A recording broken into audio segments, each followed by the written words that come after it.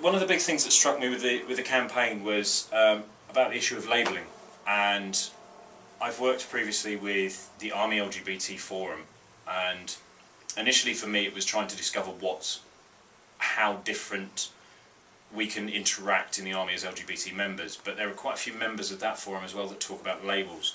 So the label issue of the Give 'em Hope campaign really struck a chord with me, and I looked around my room recently and I picked out pretty much a lot of labels. What I'm trying to emphasise by that is the fact that you can have somebody label you, or you can label yourself, but it takes a whole series of labels to make a person who they are. In turn, that then means that you don't need to label yourself, provided I haven't gone round the houses with that comment.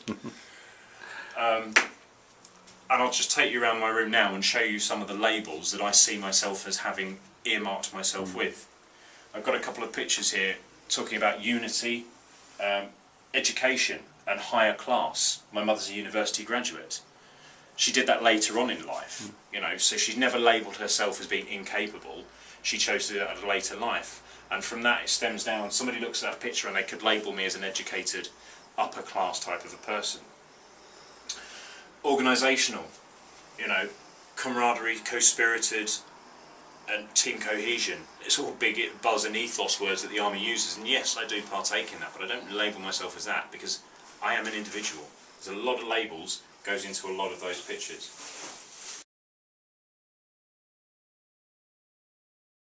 I've got pictures of my children and family. You know, family's another label, and it's a very wide genre of a label as well, because you can look at families in so many different manners.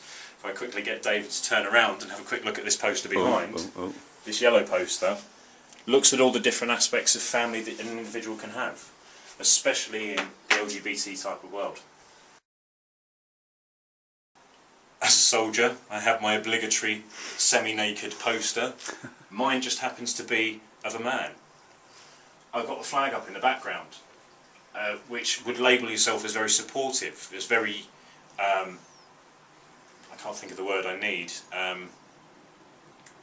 patriotic, for want of a better word. However, I'm not English, I'm Australian. However, I support England.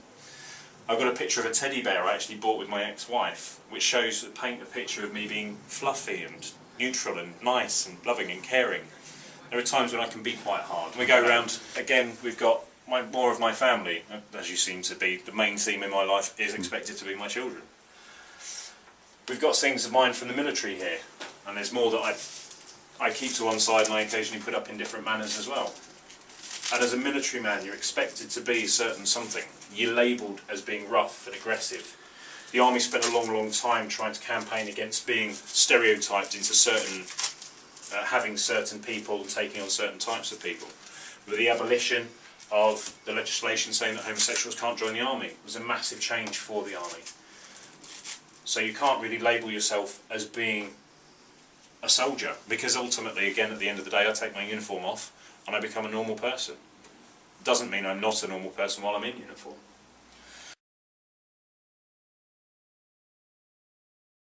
And I work for organisations as well, and I try and support with what I can.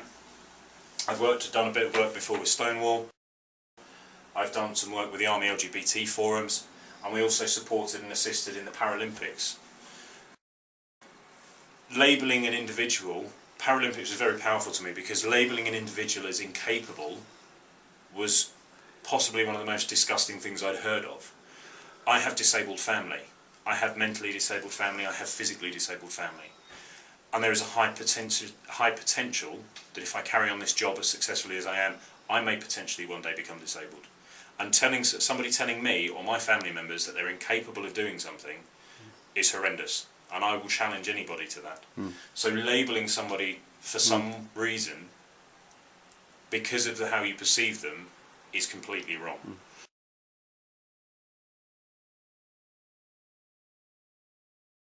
So I've already spoken now. I've spoken to you and I've explained a bit about myself and who I am on my journey.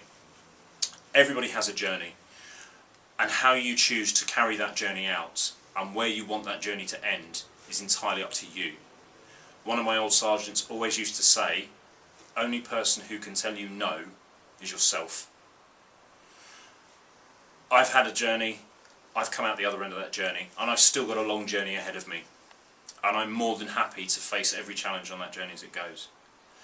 I've explained how my life and my job, quite an influential job, in fact people don't call it a job, we call it a lifestyle, how that has and hasn't affected who I am. All of it has been for the good. I've spoken about labels and how labels can be perceived and how you can label yourself. A label is just that, it is a label. It's not a description. It's something that can be removed and changed and added to. The final message I have to say was just a little caption and a phrase that I came up with. David's hoping I get it wrong so the bloopers can go in later. But it doesn't matter who you are, you can be what you are. And it doesn't matter what you are, you can be who you are.